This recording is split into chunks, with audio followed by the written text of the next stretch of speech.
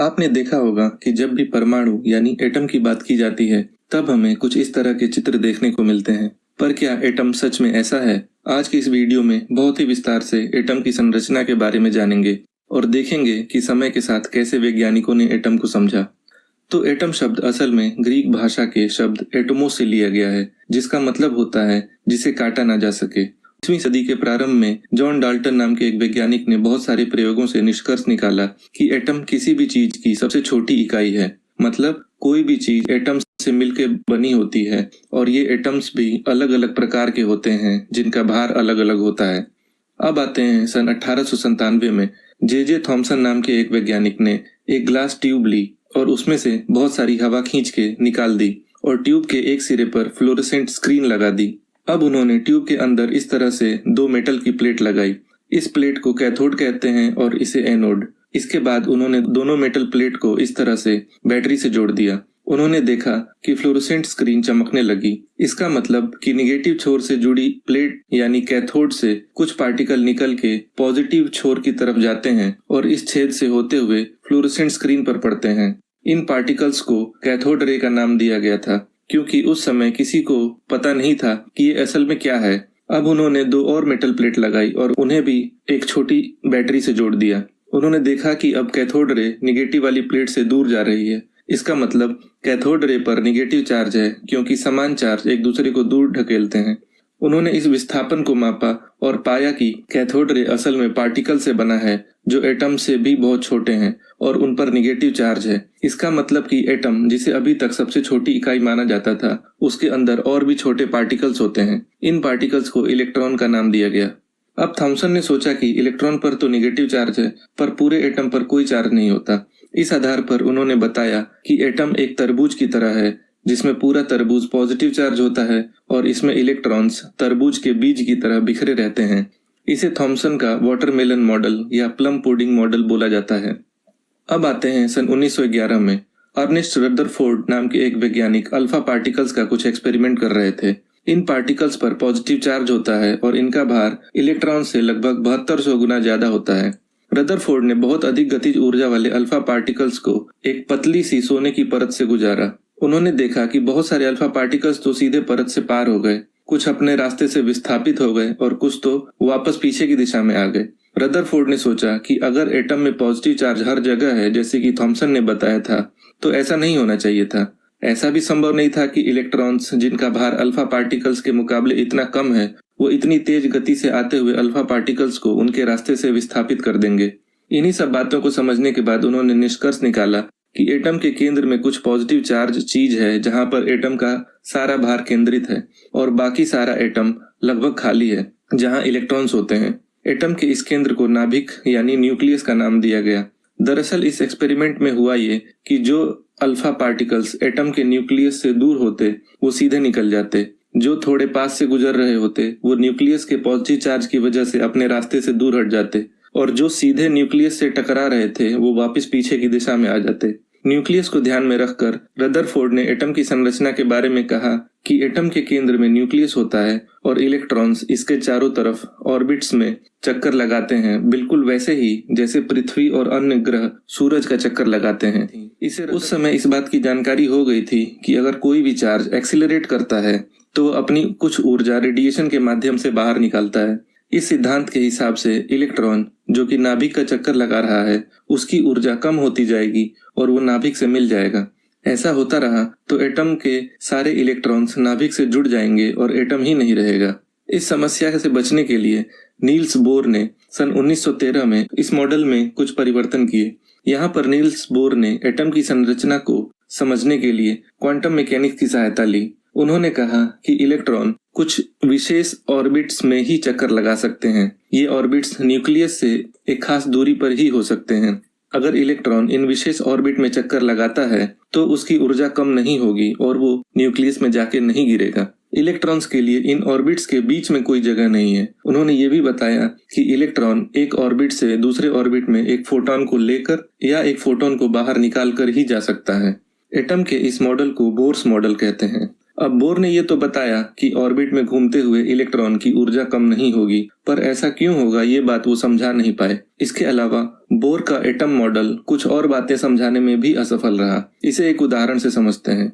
तो बोर के हिसाब से अगर किसी एटम में इलेक्ट्रॉन एक ऑर्बिट से दूसरी ऑर्बिट में जाता है तो एक विशेष ऊर्जा का फोटोन निकलता है।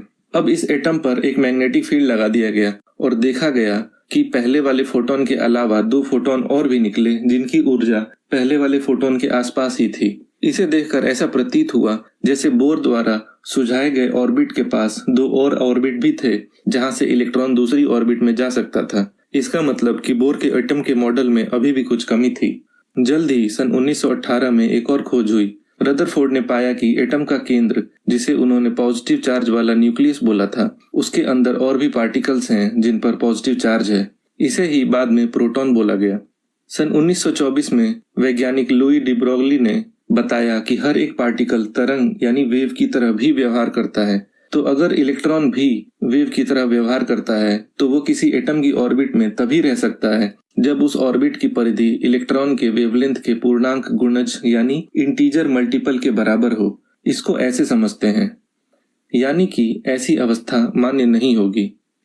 अब एर्विन श्रोडिंगर नाम के एक वैज्ञानिक ने सोचा कि अगर इलेक्ट्रॉन वेव की तरह व्यवहार कर रहे हैं तो उनके लिए एक वेव इक्वेशन होनी चाहिए जो उन वेव्स के व्यवहार को तीनों दिशाओं में समझने में सहायता करे।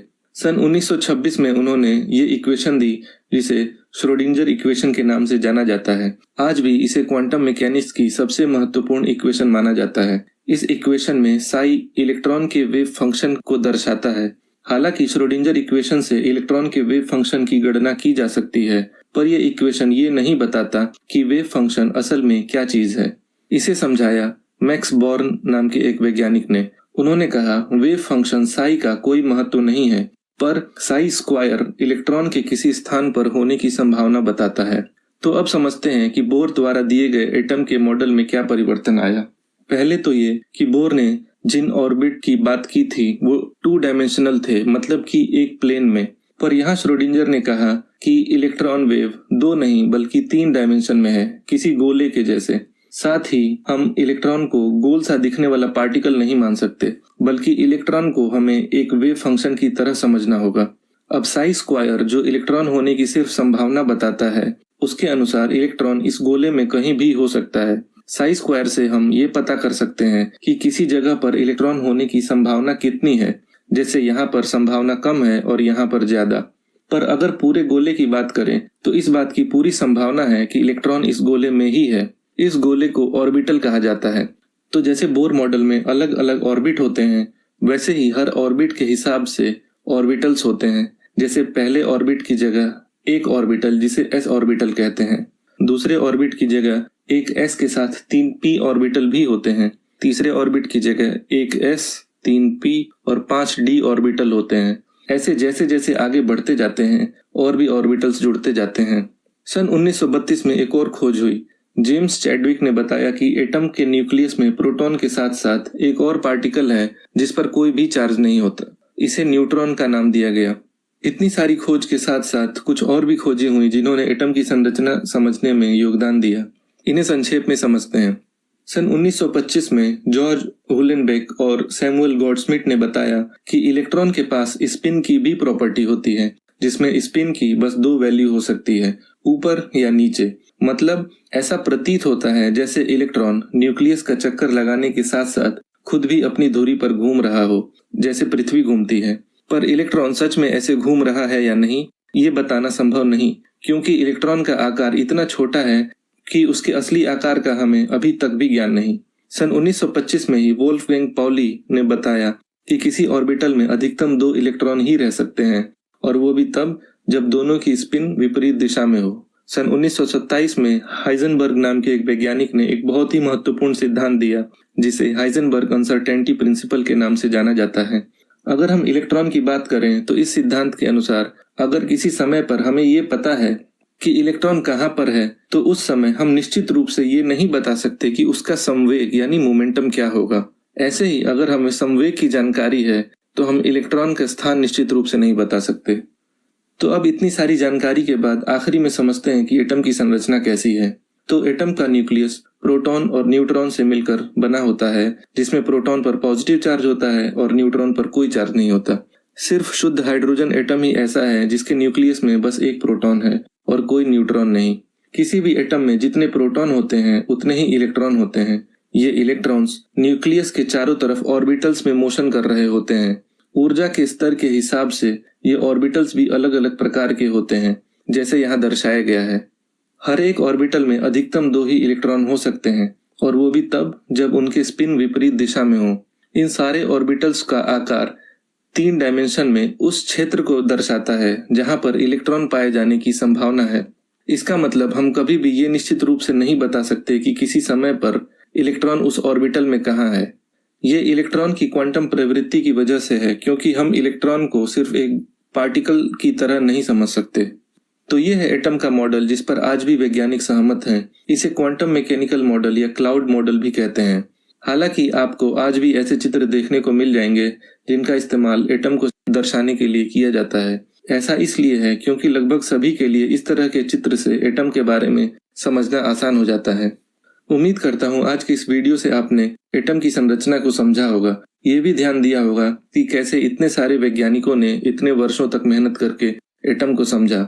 एटम, जिसके बारे में माना जाता था कि इसे काटा नहीं जा सकता और ये सबसे छोटी इकाई है, उसके बारे में बताया कि एटम भी दूसरे और भी छोटे पार्टिकल से मिलकर बना हुआ है। आपको ये भी बता दें कि न्यूट्रॉन और प्रोटॉन को भी तोड़ा जा चुका है, जिससे पता चला कि इनसे भी छोटे पार्टिकल्स हैं। इनके बारे में हम दूसरे वीडियो में विस्तार से समझेंगे। अगर आपको ये वीडियो पसंद आया तो इसे लाइक करें और हमारे चैनल को सब्सक्राइब जरूर करें।